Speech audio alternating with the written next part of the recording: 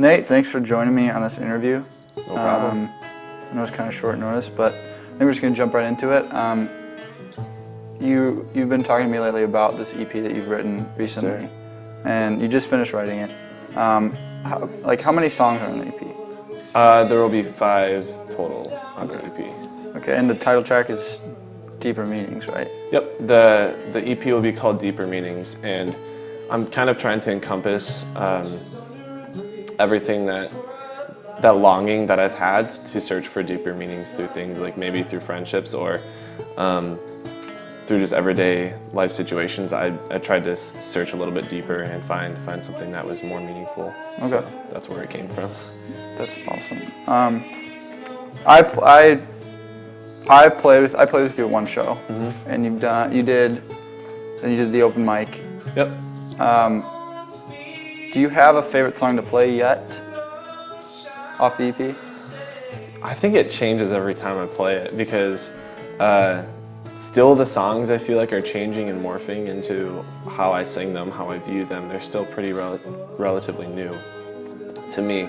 So as of right now, I think maybe the most effective one that people like would maybe be The Line Is Thin. Maybe just because how powerful it is. It's kind of really sad, but at the same time meaningful song. So people usually take that one well, but it might not be the easiest to play every time. So really, I think depends on the night. I know the story behind that song is really long, but if you could maybe just, give us a little bit of during that time, what were the emotions that you were feeling, and I know that you wrote that song after the fact, but what were you, what kind of emotions were coming out? What were the most prominent ones while you were experiencing that kind of ignited the fire, I guess, to have you write that song? That's a good question. I think the most prominent emotions were probably confusion, maybe, and just sadness, because I had one of my best friends was going through some really tough things, and for me that was just so hard to sit there and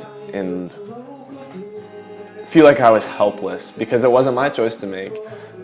All I could do was be there for him, and so that's what I did. And the song kind of just explains his story, and then that it's never too late. So I did try to keep hope through it, and I think I did keep hope, and I still have hope for him.